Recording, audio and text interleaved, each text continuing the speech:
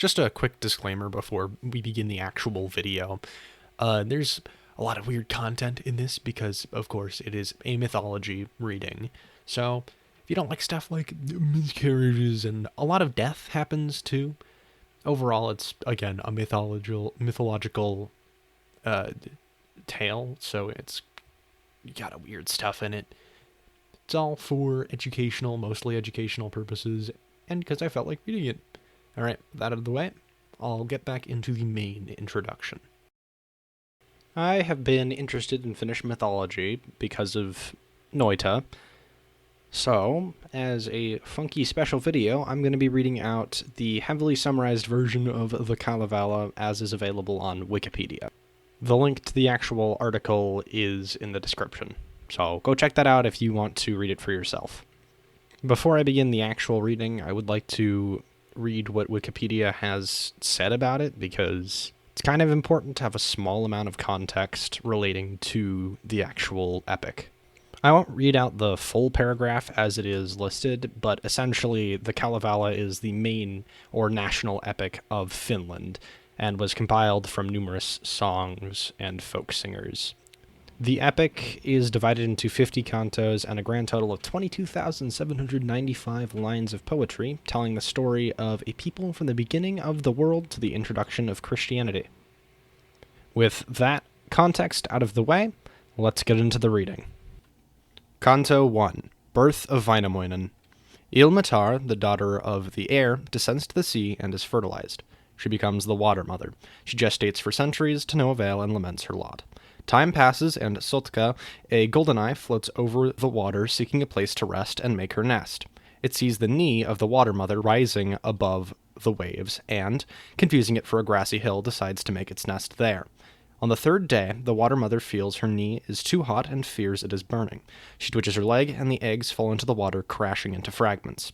The fragments of the eggs grow into the earth and heavens and sun and moon and stars, and the final pieces into the clouds. Within the water mother's womb, Wainamoinen is growing and turning. He laments his situation and prays to the gods to release him from his dark prison. When the gods fail to give him freedom, he forces his own way into the world. He slips into the sea and floats for 9 years until he hits ground. He turns himself over on this new land and beholds the moon and stars and sun for the first time. Canto 2. Sowing of Life. Wainamoinen summons Samsa Pellervoinen, the architect of the forests, to sow the land with trees. He sows so many trees, and in time they grow and flourish. However, the oak will not grow. The sea monster, Iko Turso, rises and burns a haystack. Into the ashes arrived an acorn that began to grow. It grows taller than any other tree in the land, growing up to heaven and blocking out the sun and moon. Wainamoinen calls the water mother to send him someone who can fell the great tree. A man appears from the water clad in copper from head to toe, a man no taller than a man's thumb. Wainamoinen mocks the man, but the man grows so large his head is among the clouds. He swings his great copper axe, and the great oak is felled on the third stroke. The remains of the great oak tree bring great things to those who lay claim to it, and all is well. Forests grow well, and the birds and woodland creatures thrive. However, Wainamoinen notices his grains do not grow. He fells the forests, but he leaves a birch tree for the birds to rest upon. An eagle is grateful for this, so it strikes up fire and burns the wood of the felled forest. Wainamoinen takes his seeds once more and sows the land. In a matter of days, the seeds are growing and the land is filled. Wainamoinen beholds the beauty of his fertile land. A cuckoo comes and sings in joy. Canto 3. Wainamoinen and Joukahainen. The Lapland youth Joukahainen believes he can sing better than Wainamoinen. He informs his family that he will defeat Wainamoinen in a battle of knowledge and song. His mother and father forbid him from such an unwise endeavor, but Joukahainen is young and arrogant, and he does not listen. He sets out to do battle and rides for 3 days solid. During the third day, he and Wainamoinen collide, smashing both their sledges and causing a great mess. A contest of knowledge ensues. Wainamoinen is not impressed with Joukahainen's primitive and childish knowledge, and warns him to yield, but the youth does not, and proceeds to lie about his achievements, annoying Wainamoinen. Young Joukahainen then challenges Wainamoinen to battle with blades. He informs him that he is not afraid of childish threats, and Joukahainen then begins to throw insults at Wainamoinen. This greatly angers the old wizard, and he begins to sing. He sings Youkahainen's possessions into nature and the youth himself into the earth all the way to his shoulders. Youkahainen panics. He offers all his material possessions to Wainamoinen, but the old man is not interested. Then Youkahainen offers his sister, Aino, as his wife. Wainamoinen grows joyful and reverses his spell, releasing the young Youkahainen from the earth. Glad of heart is Wainamoinen, full of joy the ancient minstrel, that he thus has fought and won him for his age a lovely maiden, sister of this Youkahainen. So he seeks a place befitting where to publish forth his pleasure, steps upon the rock of joyance, on the stone of music seats him, sings a moment, sings and ceases, sings a second, then a third time, so to turn away the magic, so the potent spell to banish. Now at last comes Youkahainen, crawling from his oozy prison, lifts his knees from out the water, beard from out the bog and litter. From the rock starts forth his stallion, from the bramble glides his snow sledge, and from out the sedge his birch rod. Youkahainen returns to his home and weeps to his mother as he tells her the tale and his offer to Wainamoinen. His mother tells him not to sob. Aino overhears and weeps uncontrollably. Her mother tries to comfort her, but to no avail, and Aino weeps for a long time. Canto 4. Fate of Aino.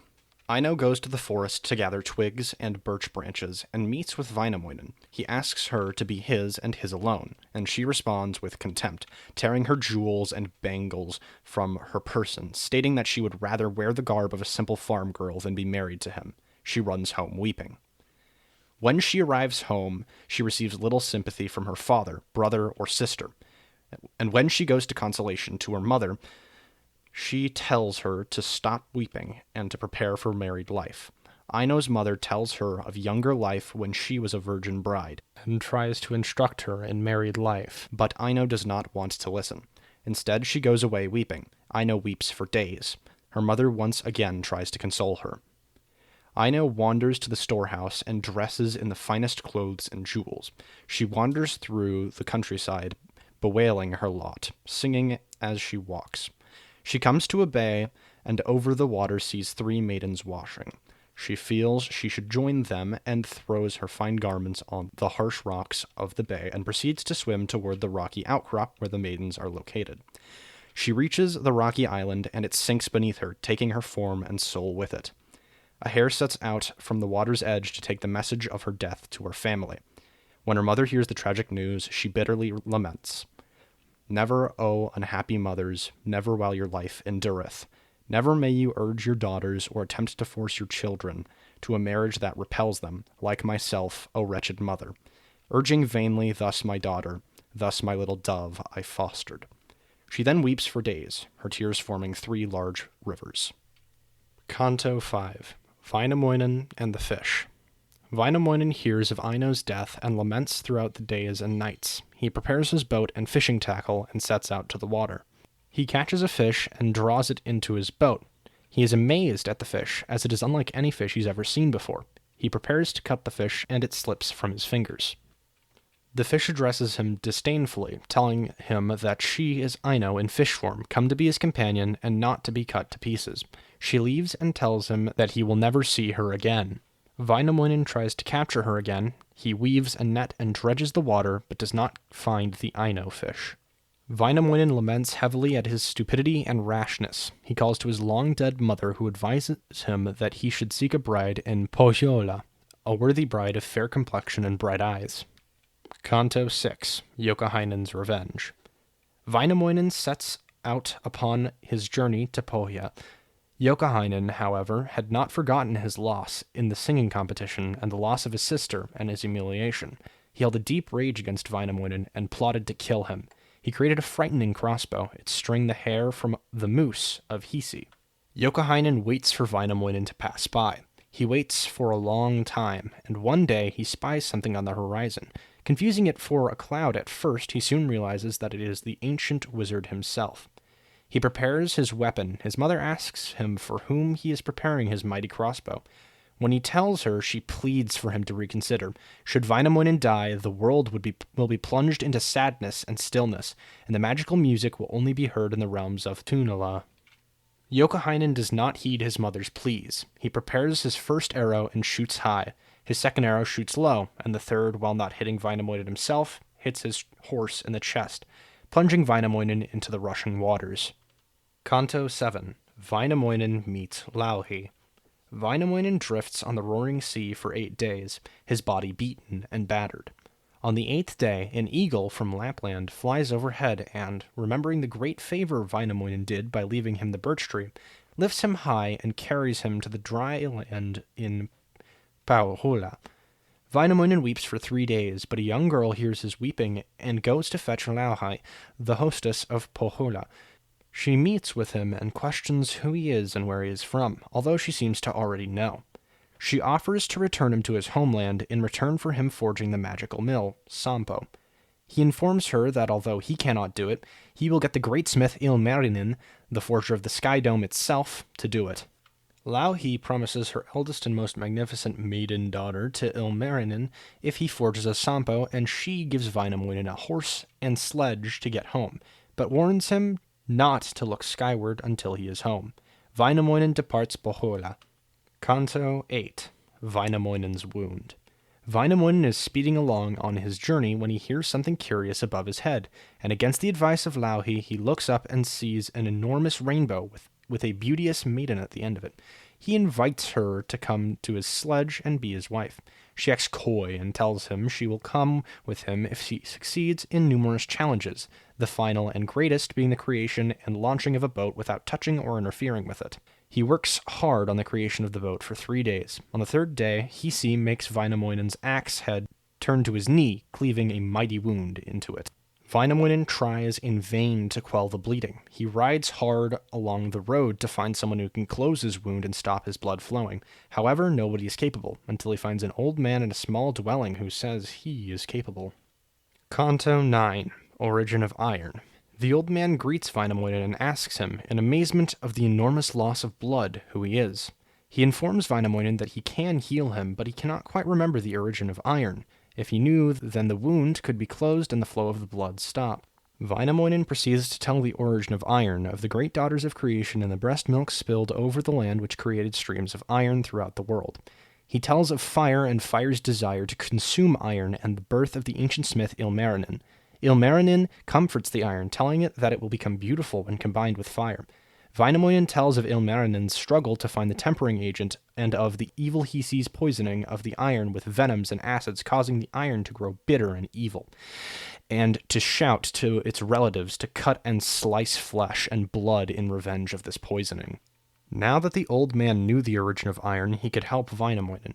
He directs his young son to make an ointment to salve the wound. The boy gathers oak branches, grasses, and herbs, and boils the ointment for many days.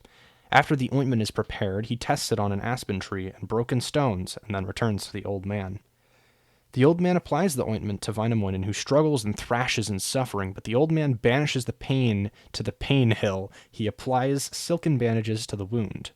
The old man informs Wainamoinen that it is the creator, not himself, doing the healing. Canto 10. Ilmarinen forges the Sampo.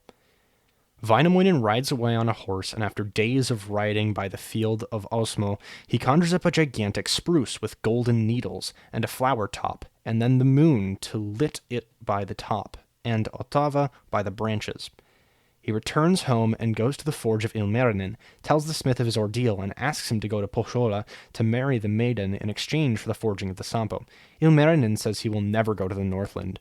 Wainamoinen instead tells him of the giant spruce in the field of Osmo with all of its wonders, which greatly intrigues Ilmarinen. Wainamoinen and Ilmarinen both go together to see the giant tree. Ilmarinen climbs it in an attempt to reach the moon, at which point Wainamoinen sings up a storm that carries Ilmarinen off to Pohjola, over the moon and under the sun, by the shoulder of Ottava. Ilmarinen meets Louhi, who asks him if he will forge the Sampo. She brings her daughter dressed in finest garments and jewels, and offers her in exchange for forging of the Sampo. Ilmarinen accepts and begins work on creating his forge. After the forge is created and the work begins, Ilmarinen works ceaselessly for 4 days and nights, but nothing comes of his efforts but beautiful trinkets. He calls the wind to blow to work his bellows. A wind blows from all directions. It blew for 3 days, and at the end of the third day, Ilmarinen checks his furnace and sees the wonderful Sampo forming. He works it with his hammer and anvil and finally completes the Sampo. The Sampo grinds all day. It grinds vats of grain, salt, and gold, one each for eating, for storing, and for trading. Louhi grows delighted and takes the Sampo to the mountain of copper and locks it away behind 9 heavy locks. Ilmarinen's task is now completed. He goes to the daughter of Louhi and asks her to come with him. She tells him she cannot leave home yet. Ilmarinen becomes downhearted. He is consulted by Louhi, who prepares him food and drink, then sends him home. Canto 11. Lemminkainen and Kyllikki. Lemminkainen was a handsome man, ruddy-cheeked and tall, but he was a reckless man, fond of maidens and fighting. He desires the flower of Saari, Kyllikki, the one desired by the sun and moon and stars themselves. The young Lemminkainen tells his mother about his journey to woo the maiden. His mother tries to dissuade him. She tells him that he will be mocked and humiliated, but Lemminkainen does not listen. Lemminkainen sets out to the village where Kyllikki resides, and as foretold by his mother, the men of the village mock him and the women tease him. He takes employment as a herdsman and gains the favor of the maidens of the village. However, he still desires the favors of Kyllikki. She mocks him and refuses his advances. One day, the maidens were dancing and rejoicing, and at the head was Kyllikki. This is when Lemminkainen took his chance. He stole the fair Kyllikki away and drove away on her sledge. He shouts to the assembled maidens to never speak a word, or he'll come back and crush the village and destroy the young men. Kyllikki protests heavily and tells Lemminkainen that she has lost her life to a vicious warrior's soul. Lemminkainen then promises to never ride to war again, if Kyllikki will promise to never go to the village and dance with the village men. To this she agrees, and they return to Lemminkainen's home. Canto 12. Lemminkainen departs. Lemminkainen and Kyllikki lived happily for a while until one day Lemminkainen did not return from fishing as soon as he should. Kyllikki, growing bored, decided to visit the village and dance with the men of the village. Annikki, Lemminkainen's sister, spies Kyllikki and informs young Lemminkainen of his gadabout wife. Lemminkainen is furious. He decides to leave for Pohjola to win the maiden of the North's heart. He prepares for battle. His mother and Kyllikki try and dissuade him. They tell him of the dangers that face him and of the happiness he has at home, but he does not listen. His mother warns him he will be enchanted and killed, but he does not listen. Lemminkainen throws his hairbrush down and warns his mother to look out for it, because when blood flows from it, he has met with his doom. Lemminkainen leaves his happy home and the love of his mother and his beautiful wife and sets out for battle. He rides for days and finally approaches his destination. He casts a spell to Hisi to silence the dogs of Pohjola and proceeds to enchant all of the men of Pohjola out of the homestead. He only neglects to enchant one wretched cowherd called Markatu, as he feels it would be a waste of his efforts. Canto 13. Moose of Hisi. Lemminkainen, full of bravado, seeks the mistress of Pohjola, Louhi, and demands her daughter. Louhi tells him that in order to woo her daughters, he must first prove his worth by hunting the moose of Hisi on skis. Lemminkainen accepts and prepares for the hunt. He quickly makes his way to the workshop of Liliki, the famous ski maker, and asks him to make the finest skis for his task. Lemminkainen then sets out on his journey. He chases the moose wherever it goes and catches it and pens it on a pen of oak. But the moose grows angry and breaks free. Lemminkainen makes a chase once more, but he breaks his left ski in a hole and the right against the ground and loses the moose. He laments his hubris and arrogance and vows to never chase the moose of Hisi on skis again, for it will only lead to the loss of good skis and fine poles. Canto 14. Lemminkainen's trials and death. Lemminkainen thinks about his options. He chooses to continue the hunt. He calls the great god Ukko and to Tapio and his household, and with their guidance and support he finally captures the moose of Hisi and returns it to Pohjola. Louhi receives the moose, but further tasks Lemminkainen with capturing and bridling the horse of Hisi. Lemminkainen takes a golden bridle and silver halter and leaves to find it. He searches for 3 days, and on the 3rd day finds the grand courser on the sand with a fiery mane and smoking nostrils. Lemminkainen prays to Ukko, and hail falls down on the back of the horse, allowing him to bridle, mount, and return it to Louhi. I have reined the mighty courser, brought the foal of Hisi Birdled. Louhi tasks Lemminkainen again. This time he has to shoot a swan from the black river of Tuonela. Lemminkainen sets off, crossbow in hand, to complete this latest task. He reaches the river of Tuoni, but little did he know that the snubbed herdsman, Markatu, was waiting for his return. Markatu conjures up a sea serpent, which tears through Lemminkainen's body. Lemminkainen falls to the ground and dies. Markatu approaches the body and pushes it into the river, where further downstream it is cut into pieces by the son of Tuoni. Canto 15. Resurrection of Lemminkainen. Kyllikki notices the comb of Lemminkainen is oozing blood, and shortly after, so does his mother, and she breaks down weeping. Lemminkainen's mother sets off to Pohjola. When she arrives, she demands of Louhi the location of her son. Louhi tells her several lies. Each time, Lemminkainen's mother replies with anger until Louhi tells her the truth. The aged mother searches for her son's body. She asks the trees, the path, and the moon, but none can help until she asks the sun, which tells her that her son perished on the banks of the Tuoni River. She hastens to the forge of Ilmarinen and gets him to build her a giant rake of copper and steel. Lemminkainen's mother, after getting further help from the sun, dredges the river and recovers the remains of her son. The aged mother reassembles her son and reconnects all of the parts into a complete man. She asks a tiny bee to bring her honey from heaven, with which she salves her son and coaxes him back to life. After a brief talk, she manages to dissuade him from continuing his ridiculous quest, and they return home. Canto 16. Wainamoinen's shipbuilding. Wainamoinen sets to building the ship of the maiden Pohjola tasked him to. He summons Sampsa Pellervoinen to find him wood suited to such a fine vessel. He searches hard and asks many trees if they are suitable, but finds none that are until he comes across the mighty oak tree, which he fells and makes into suitable planks for the ship. Pellervoinen brings the wood to Wainamoinen, who proceeds to cast spells to form the ship, but he lacks 3 vital words. He laments heavily and slaughters numerous animals to perform extraspicy, but does not find the words he needs. Wainamoinen goes to Tuonela to find the words. Tuonetar, the daughter of Tuoni, is washing her clothes by the river and asks Wainamoinen why he wishes to travel to Tuonela. He lies at first, but finally tells the truth. Tuonetar warns him that he is foolish and advises him to return home, but Wainamoinen does not. The then old Wainamoinen slips into Death's domain and witnesses horrors and sadness like none other. Through magic, he manages to escape and warns all never to go willingly to Tuonela. Canto 17. Wainamoinen and Antero Vipunen. Wainamoinen, on his return, visits the ancient smith Ilmarinen to find where the old giant Antero Vipunen is. Ilmarinen tells him that the giant is long since dead, but Wainamoinen goes looking anyway. Wainamoinen finds the location of Vipunen, although he is now covered in trees and other plant life. He forces his strong steel stake into Vipunen's mouth, which wakes him, and Wainamoinen is swallowed whole by the giant. Wainamoinen crafts a skiff and sails end to end in Vipunen's body, and, finding no way out, begins to work metal in the stomach of the giant. Vipunen grows concerned and tries his best magic to rid his body of Wainamoinen, but the ancient wizard will only leave when he has the ancient words he requires.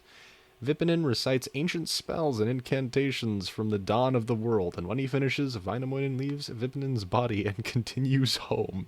He completes his grand ship with no assistance from hammer or saw. Canto 17. Wainamoinen and Ilmarinen, rival suitors.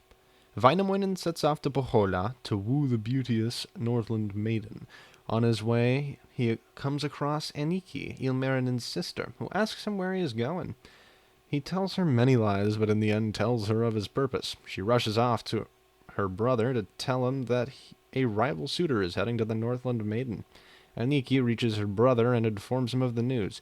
He's gripped with worry and hurries off to prepare his jury and his wooing. He adorns his sledge with sweet songbirds and prepares for departure with the finest horse in his possession in the harness.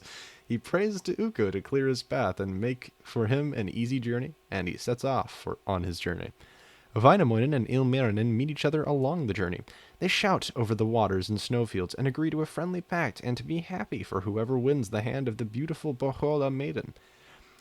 As the two suitors grow closer, the dogs of Pohjola start barking, and the master of Pohja goes to see what the fuss is about. He sees a red boat approaching the lovers' bay, and a magnificently decorated sledge approaching along the bay of Sima.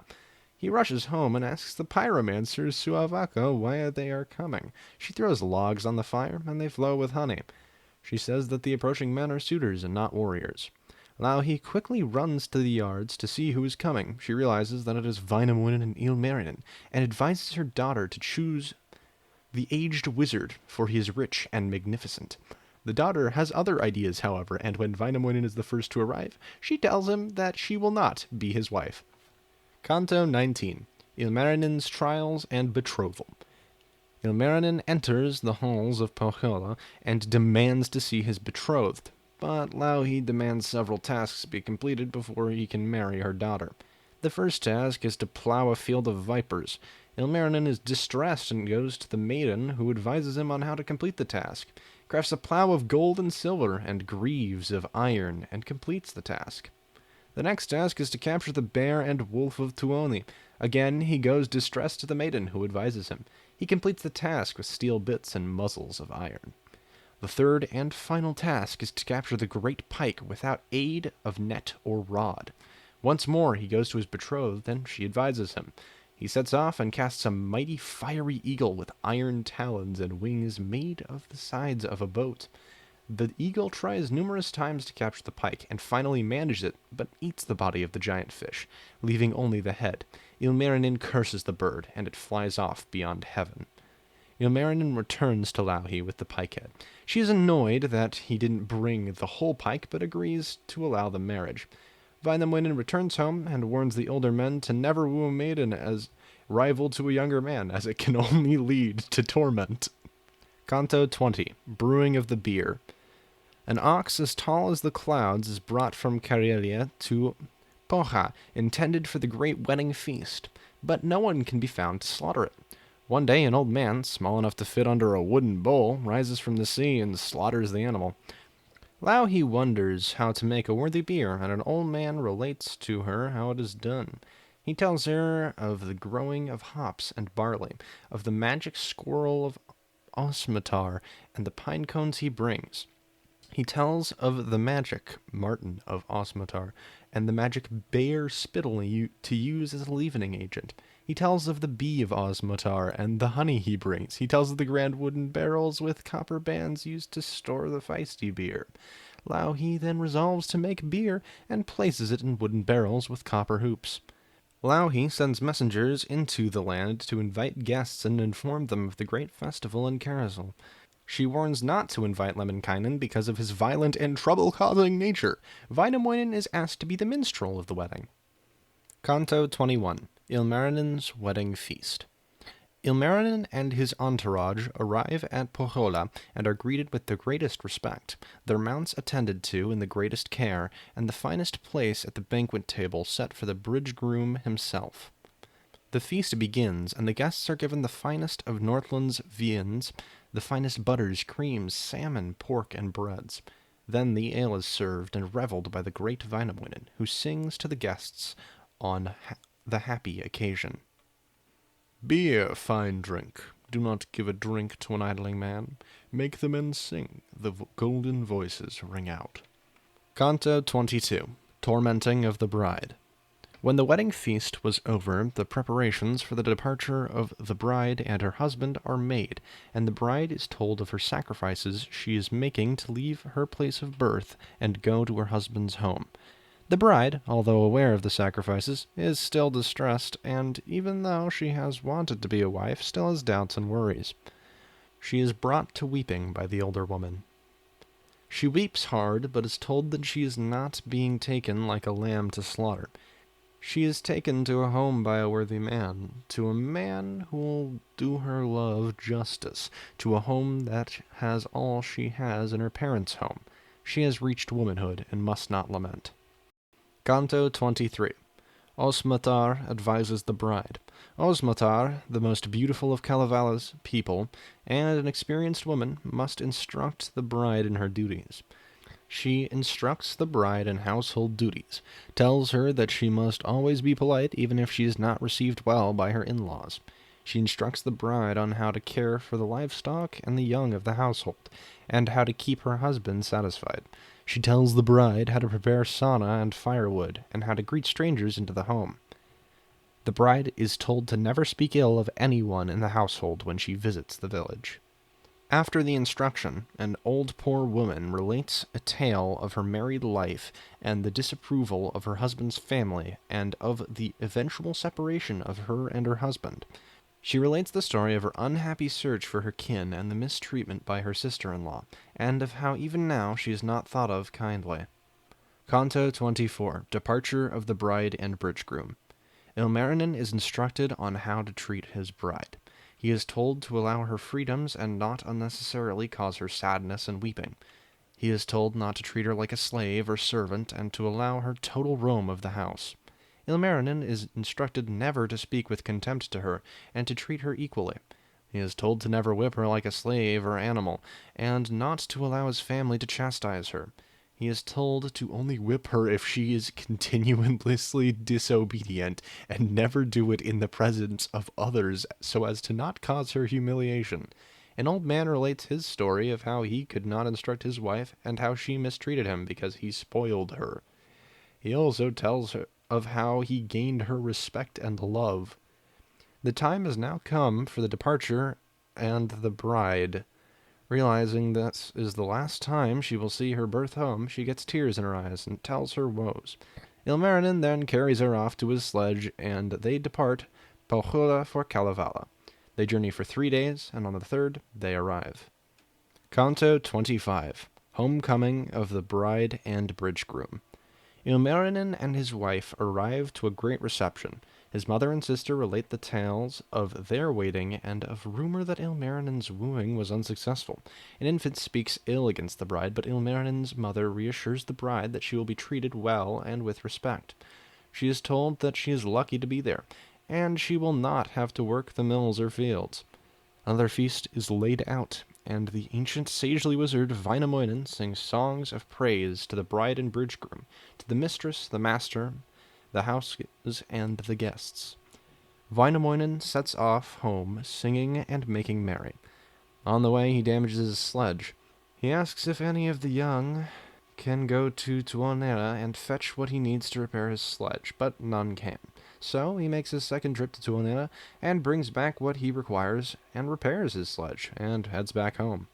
Canto 26. Lemminkainen's Journey to Pohjola.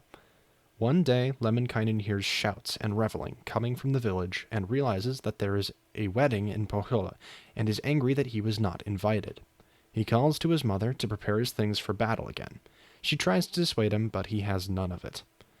Lemminkainen's old and loving mother warns him of many deaths waiting for him.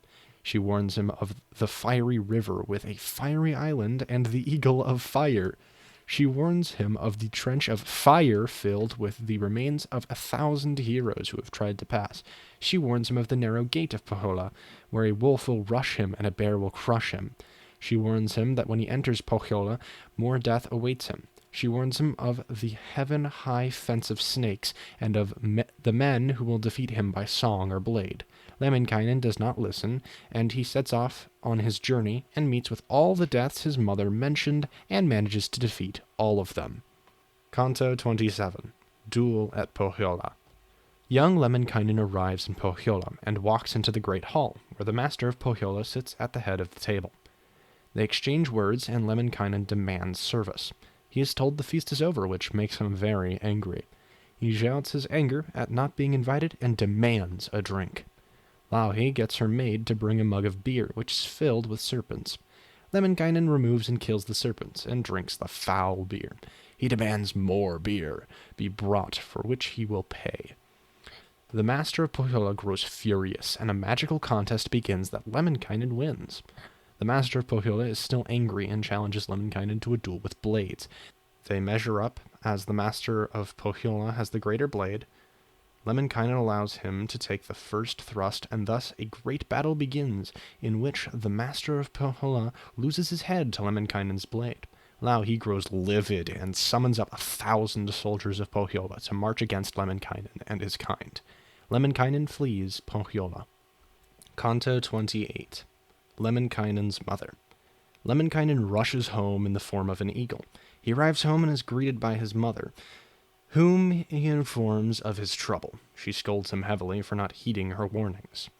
Lemminkainen's old mother makes him vow to never go to battle again, and tells him of an island where his father hid when he returned from battle once before. She tells him to hide for 3 years. Canto 29. Isle of Refuge. Lemminkainen sets sail for Sari, the island of refuge, and sails for 3 days. When he reaches the island, he asks the women of the island if there is room for him there, and they allow him refuge. He asks if there is a house for him to stay, and proceeds to sing to the women of the island, and wins their hearts. He is in favor with all but one of the women of the island. The lonely woman curses him. The men folk of the island return from war and proceed to group against him, so Lemminkainen is forced to leave. He sails on, but his boat is ruined in a storm. He lands on a small island and is given food and a new boat by the mistress. He sails home and reaches familiar shores, but he perceives a problem. When he lands and heads for home, he finds his lands and home destroyed, and he weeps for the loss of his home, but most of all for his dear mother. Lemminkainen notices a path leading to the inner forest, and he follows it and finds his mother in hiding. She tells him of the destruction wrought on his people by the soldiers of Pohjola. He tells her that they will build new homes and that Pohjola will have a deadly war raged upon him. He then proceeds to tell his mother about his adventures on the island and of his forceful eviction. Canto 30. Lemminkainen and Tiera. Lemminkainen resolves to go back to Pohjola and seek revenge for the attack on his people. He goes to his old comrade, Tiera, and asks him to join him. They set sail for battle. The mistress of Pohjola sends a frost to the waters to freeze the boat and its occupants. Lemminkainen confronts Pakkanen, the personification of frost, and tells of his origin, which subdues the frost. Lemminkainen and Tiera leave the ship and head over the ice. They struggle for days, lamenting their situation. Lemminkainen offers a charm against enchantment and fashions 2 powerful steeds, and the companions ride home together. Canto 31. Untamo and Kalervo. 3 brothers are carried to various parts of the world. Of the brothers, Kalervo is carried to Karelia, and Untamo is left where he is. The brothers never get along, with Untamo always taking things away from Kalervo. After a while, Untamo begins threatening Kalervo, and they go to war. Kalervo's people are wiped out bar 1, a pregnant woman, who gives birth to a boy she names Kullervo. Kullervo grows quickly, and after 3 months vows to avenge the destruction of his father and his people.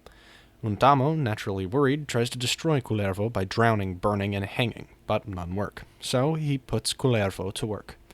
Kullervo is tasked to care for an infant, but he kills him. He is tasked to cut trees, so he levels the forest and renders the land barren. He is tasked to build a fence, so he builds it sky high so no one can pass. Untamo finally sells Kullervo as a slave to the great smith of Kalevala, Ilmarinen. Canto 32. Kullervo as a shepherd. Kullervo goes to Ilmarinen's wife in search of work. She tasks him as a cowherd and bakes him a loaf of bread for his lunch, but cruelly bakes a stone into it. She utters magic charms for their protection, for the healthy production of milk, for safe passage and protection against all animals. She then sends the cattle out into the fields to be watched by Kullervo. Canto 33. Death of Ilmarinen's wife. Kullervo goes about his job as a herdsman, lamenting his lowly status and dry bread meal after his master's luxury. He prays to Ukko to shine the sun on him, and not Ilmarinen and his family. In the late afternoon, he settles down to eat his loaf. He cuts into the loaf, and his knife is broken on the stone. This he laments heavily, and vows revenge on Ilmarinen's wife, as the knife was the only keepsake of his lost people. Kullervo sends the cattle into the mouths of wolves and bears, and by magic gives the bears the appearance of cattle. He makes a pipe from the bone of a cow and brings the cattle home. Ilmarinen's wife hears the homecoming and goes out to inspect the herd and perform her milking. As she bends down and begins to pull on a teat, the wolves and bears bear down on her and tear her to shreds. She pleads to Kullervo to come to her aid, but he refuses and she dies. Canto 34. Kullervo finds his family. Kullervo flees from the homestead of Ilmarinen and wanders through the forest. He calls to Ukko to never to allow one so wretched and unfortunate as he be born again. He meets the maiden of the forest, who tells him that his family are not all dead. They are alive and well on Lapland's borders. Kullervo walks for 3 days and finally finds his family's homestead. His mother greets him and informs him that his sister has vanished and probably died. Canto 35. Kullervo finds his sister. Kullervo attempts to do chores around his family farm, but proves to be hopeless at everything. His father sends him to pay taxes, and on his way back he meets a young maiden. He drags her into his sleigh and seduces her with rich fabrics and jewels. They sleep together and wake the following morning. Kullervo and the maiden tell of their clans. They realize they are siblings, and the maiden jumps in shame from the sleigh and to her death. Kullervo weeps with sadness and shame. He discards the sleigh and rides home to tell his mother. He tells her he will kill himself, but she pleads against it. Kullervo promises to go to Untamo and avenge the destruction of his people. Canto 36. Kullervo's victory and death. Kullervo prepares to do battle with the destroyer of his people, Untamo. His mother begs him to remain, but he refuses, saying it is noble to fall in battle. His mother asks him who will care for his family, but he dismisses her pleas. Kullervo asks his family who will weep for his death, but only his mother says she will. He sets off for battle. On his way to battle, several messengers come to inform him of a tragedy at his home, but he does not stop and carries on to Untomala. When he arrives, he lays waste to Untamo's entire tribe and destroys all of the buildings, leaving nothing standing. On Kullervo's return home, he finds the homestead deserted and cold, with only Musti, his mother's little black dog, as company. He retires to the forest and, turning his sword's point to his chest, thrusts himself to death. Kullervo, Kalervo's offspring, with the very bluest stockings. On the ground, the haft set firmly. On the heath, the hilt pressed tightly. Turned the point against his bosom, and upon the point he threw him. Thus he found the death he sought for, cast himself into destruction. Even so, the young man perished. Thus died Kullervo the hero. Thus the hero's life was ended. Perished thus the hapless hero. Canto 37. Ilmarinen's Bride of Gold. Ilmarinen grieves for his lost wife for a long time. When he finally overcomes his grief, he decides to make himself a bride of gold and silver. He toils with his workers at the bellows, but they do not work well. Ilmarinen fails many times until finally he takes control of the bellows himself and produces the bride he desired. At night, Ilmarinen lies down with his golden bride and sleeps. He wakes to find his bride cold as ice and realizes that this is most unpleasant. He decides to take them to Wainamoinen for his enjoyment. Wainamoinen is shocked and annoyed that Ilmarinen would create such an atrocity. He instructs Ilmarinen to destroy it and create nicer things from it, or take it to places where gold is revered over life. Canto 38. Ilmarinen's Fruitless Wooing. Ilmarinen sets out to Pohjola in search for another bride. He is met by Louhi, who asks him for tidings of her daughter. Ilmarinen responds with the sad news and asks her for her second daughter. This Louhi refuses. When Ilmarinen charges into the house and demands the second daughter of Louhi, she herself refuses his advances. He grasps her and drags her to his sledge and sets off for Kalevala. The maiden laments and struggles. She threatens to smash his sledge, but he tells her it is made of iron. She makes several other threats, but Ilmarinen has none of it. The daughter of Louhi continues to insult and annoy Ilmarinen until he decides to rest. As he does so, another man makes the maiden laugh. On waking, Ilmarinen is so angered, he sings the maiden into a seagull and continues home alone. When he returns home, he consults Wainamoinen and informs him of Pohjola's prosperity because of the Sampo. He also tells him of the fate of Louhi's second daughter. Canto 39. Expedition against Pohjola. Wainamoinen says to Ilmarinen that they will go to Pohjola and seize the Sampo, to which Ilmarinen tells him of the secure nature of the Sampo's hiding place and the 9 locks and of its roots deep in the earth. Wainamoinen is not downcast, though, and says that they will go and recover the Sampo. Wainamoinen and Ilmarinen debate how to get to Pohjola and decide to go by sea. Ilmarinen forges a new sword for Wainamoinen. The 2 men set out along the shore on fine horses, and on the way hear a weeping. They investigate and find it is a warship lamenting being struck in the bay. Wainamoinen consoles the ship and pushes it out to water, and they proceed to Pohjola aboard the mighty warship with Ilmarinen at the oar and Wainamoinen at the tiller. They pass by the home of Lemminkainen, who asks to join them on their journey. They agree, and the 3 heroes of Kalevala sail to Pohjola. Canto 40. The Pike and the Kantele. Wainamoinen, Ilmarinen, and Lemminkainen continue in their ship to Pohjola. On their way, they are greeted by many maidens. Lemminkainen remembers that a great waterfall is in their path and proceeds to pray to the gods to calm the cataract and allow them safe passage. Wainamoinen guides the ship through the rapids and over the waterfall without a scratch on the vessel. However, the ship runs aground on the back of a giant pike. Wainamoinen instructs Lemminkainen to kill the pike, but he fails. Ilmarinen mocks Lemminkainen, but he himself fails, and his sword is broken to pieces. Belittling them both, Wainamoinen plunges his own sword into the fish. He raises it up from the water as it splits apart with the tail sinking. Wainamoinen cuts the headpiece into pieces they then cook to eat. From its jawbone and from the hair of horse of Hisi, Wainamoinen fashions a magnificent kantele. After the kantele's construction is complete, Wainamoinen summons a worthy player. Many try to play, but none can do the magnificent instrument justice. Canto 41. Wainamoinen's play. Wainamoinen himself sits down to play the kantele. He calls to all peoples of Northland to listen and revel in his play. On hearing Wainamoinen's play, all the creatures of the world, be they from air, earth, or water, come to hear the beautiful music. Wainamoinen's play is so beautiful even the gods themselves come to hear it. All of Wainamoinen's audience begin weeping for the music, and soon Wainamoinen himself weeps. His giant tears fall and flow to the water, where they become magnificent blue pearls, more wonderful than anything on earth. Wainamoinen summons a worthy collector for his teardrops. He calls to a raven, but the bird is unable to gather them. He calls to a duck, who is able to gather the pearls, and present them to Wainamoinen. Canto 42. Recovery of the Sampo. They land at Pohjola and are met by the hostess Louhi, who asks them why they are there. Wainamoinen tells her that the people of Kalevala wish to have the Sampo. She responds by saying that it cannot be shared among all the heroes, and as it brings great prosperity to Pohjola, it will not be surrendered. Wainamoinen then says they will take it forcefully, which angers Louhi, and she summons soldiers to vanquish Wainamoinen and his people.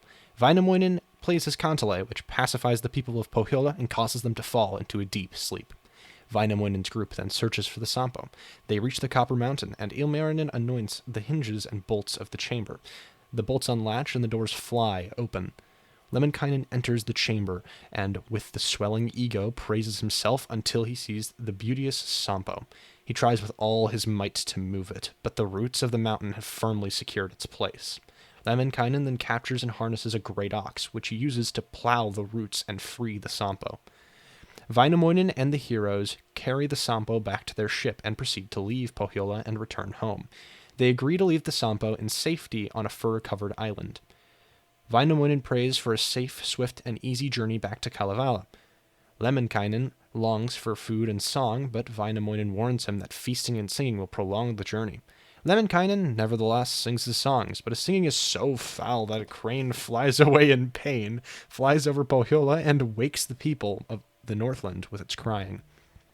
Louhi wakes and checks her domain frantically, and finding nothing awry, she then checks the Copper Mountain and finds the Sampo missing. She calls to the sea fog to cover the waters and to Turso to devour the heroes of Kalevala and return the Sampo. She calls to Ukko to raise a giant storm and blow them off course.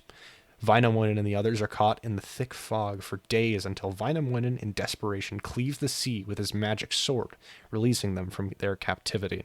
Suddenly, Turso comes toward them in great anger. Ilmarinen and Lemminkainen are both filled with dread, but Wainamoinen seizes the monster and asks him why he approached in anger.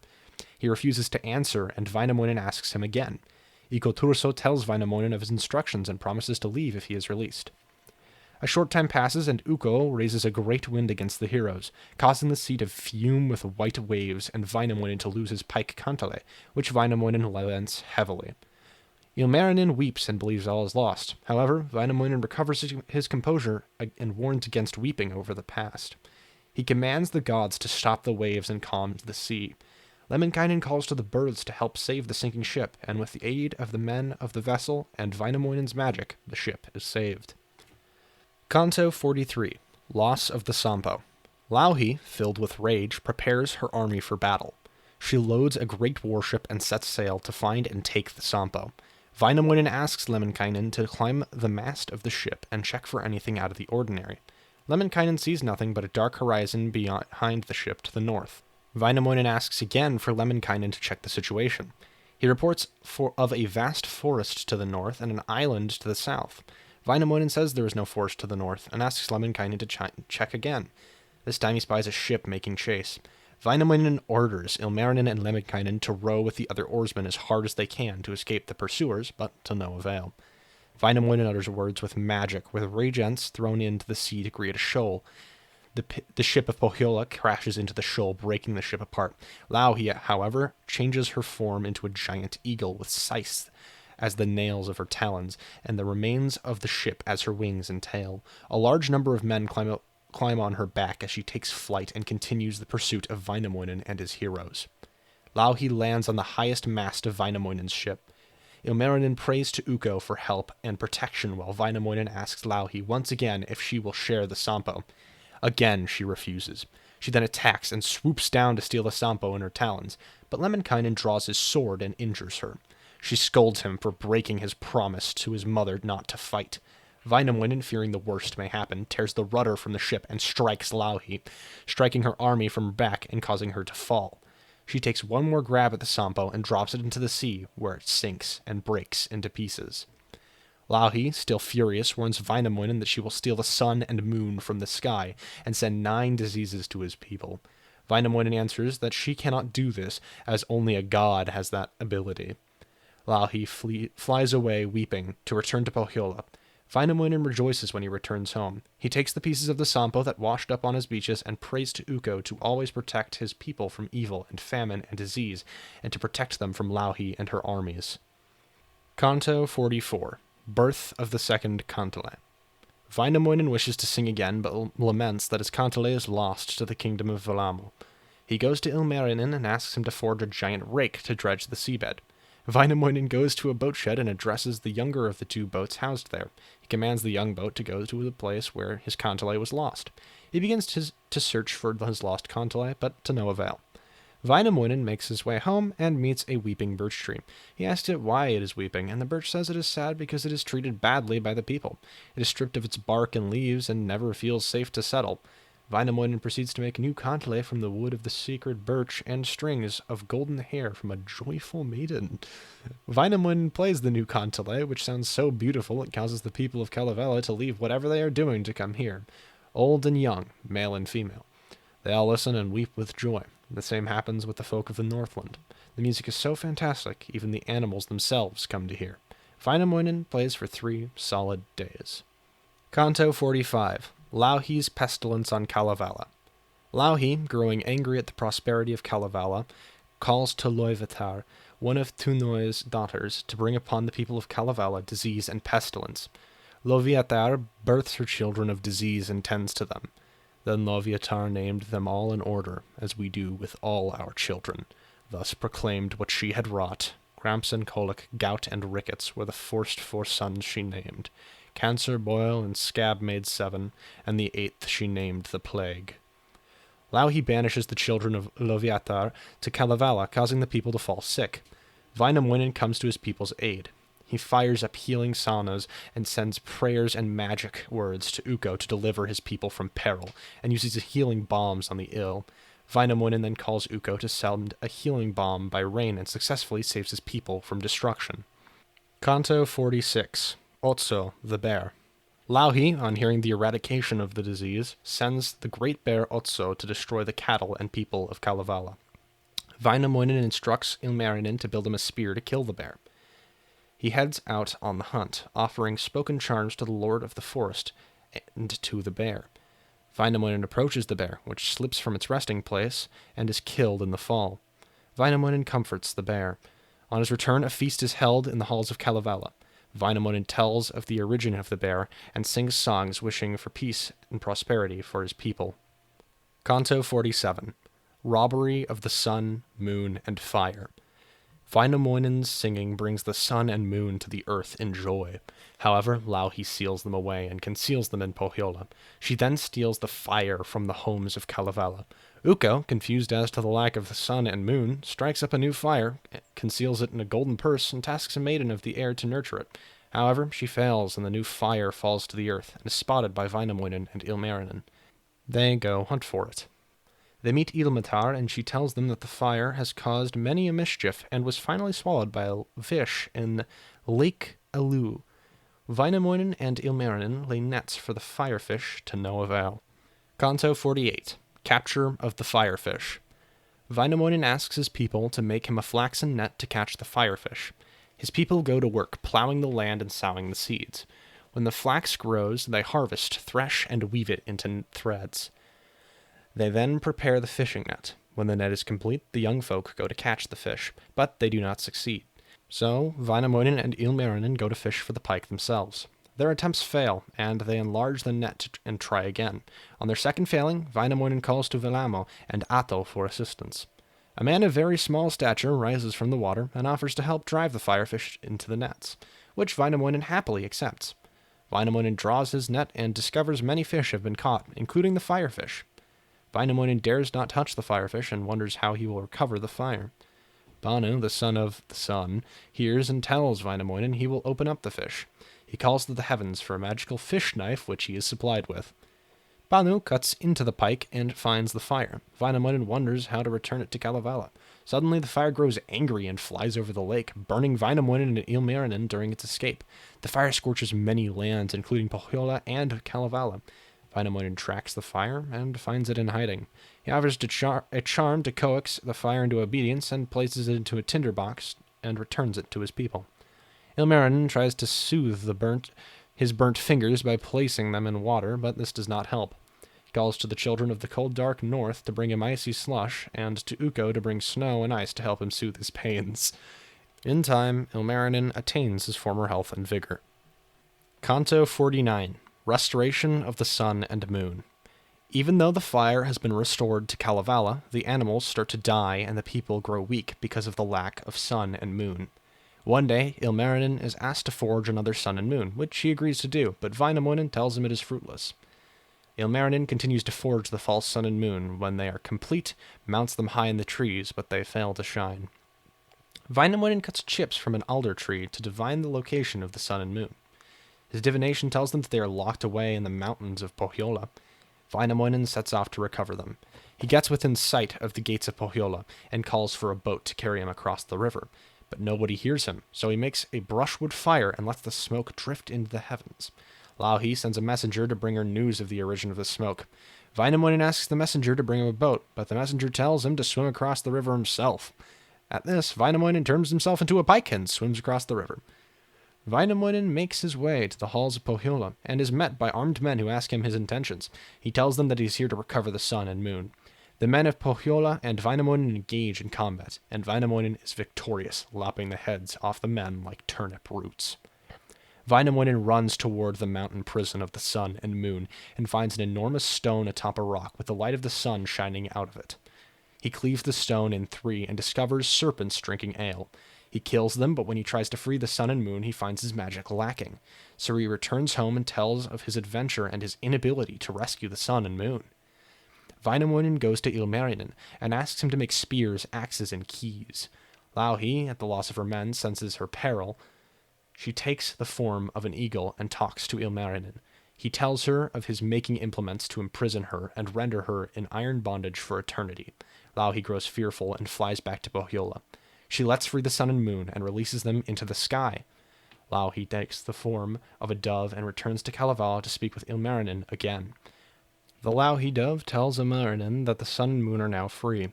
Ilmarinen goes to investigate, and he sees that it is indeed true, and he tells Wainamoinen. Wainamoinen is joyful at the sight of the sun and moon, and pleads with them to stay where they are and continue to illuminate and nourish his people for eternity.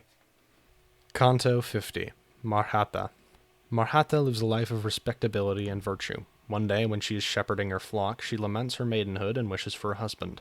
She hears a cowberry crying that no one would pluck it, and she reaches it for the berry and places itself in her mouth and is eaten. Marhata grows pregnant and hangs around the house. Her parents wonder what is wrong. The time comes for her to give birth, and she pleads with her parents to let her a place to go rest and bathe, but she is met with disdain and anger. Marhata goes to her trusty maidservant, Piriti, to seek her some place she can rest and give birth to her child. Piriti goes to the house of Rotus, but he is insulting his wife and children, and only offers a cold old stable for her. Marhata goes seeking the stable on her own, and when her birth begins, prays to Ukko for assistance and protection. On arrival at the stable, Marhata asks the horse to keep her warm and supply her with steam for a bath. The child is born and cared for well, but one day the child vanishes and she weeps uncontrollably.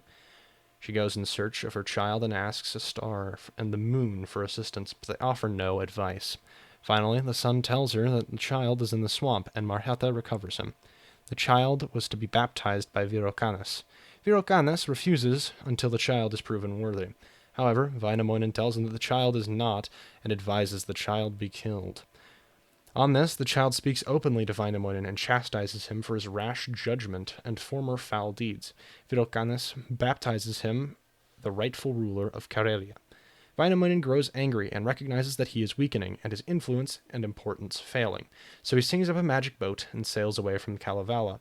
With these parting words and his magic, songs, and sacred kantele as a gift to his noble people. May time pass quickly o'er us.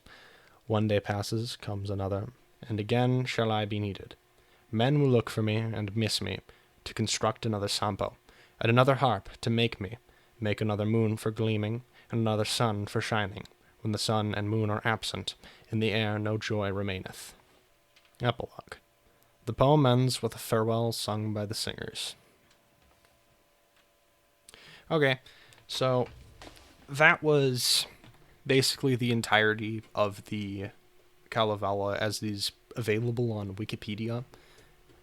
So it'll be the actual reading that I did is going to be linked in the description. It's the first time I've done something like this. It took an incredible amount of time since the original announcement because I'm not very good at properly getting ready to record it. There's obviously going to be, it's not going to be super great because I'm not very good at this yet. I'm new to this kind of thing. If you did actually like basically what is just a glorified reading, do the YouTube things, haha, yes. In all seriousness, definitely was an interesting read, and it does have relation to the things that got me interested in Finnish mythology in the first place. I might end up just ranting or talking about some of the random stuff in it that relates to like Noita and what originally inspired me to look into Finnish mythology, so if you don't want to listen to that, you can just leave now. Or if you do, or you're using this as background noise, hello. Thank you for watching to this point. So obviously, there's a lot to talk about, but I just want to mention a few things, not very much. Specifically, the fishbone or the kantele that's forged from the fishbone that we see, like very near the end, where Wainamoinen is heading toward the Northland, Pohjola. It's very interesting because very recently, Noita itself, the game that got me interested in Finnish mythology and Finland in general, because I like it so much, it's so cool, it added a kantele, basically, that is the jawbone of a fish, presumably in relation to the pike, because, again, the final main objective of the game is the Sampo, the thing that is technically capable of producing gold, flour, and salt, which is why it's such a valuable item, why it was bringing prosperity to the land of Pohjola. I don't remember the exact reason as to why it was being stolen. I think they just wanted it back. I don't know.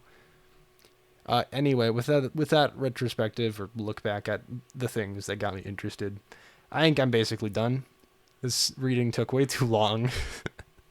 Thank you for being patient if you have been waiting for this since I originally announced it like almost a year ago. Next time, I think I know how to better work on this and ration out timings.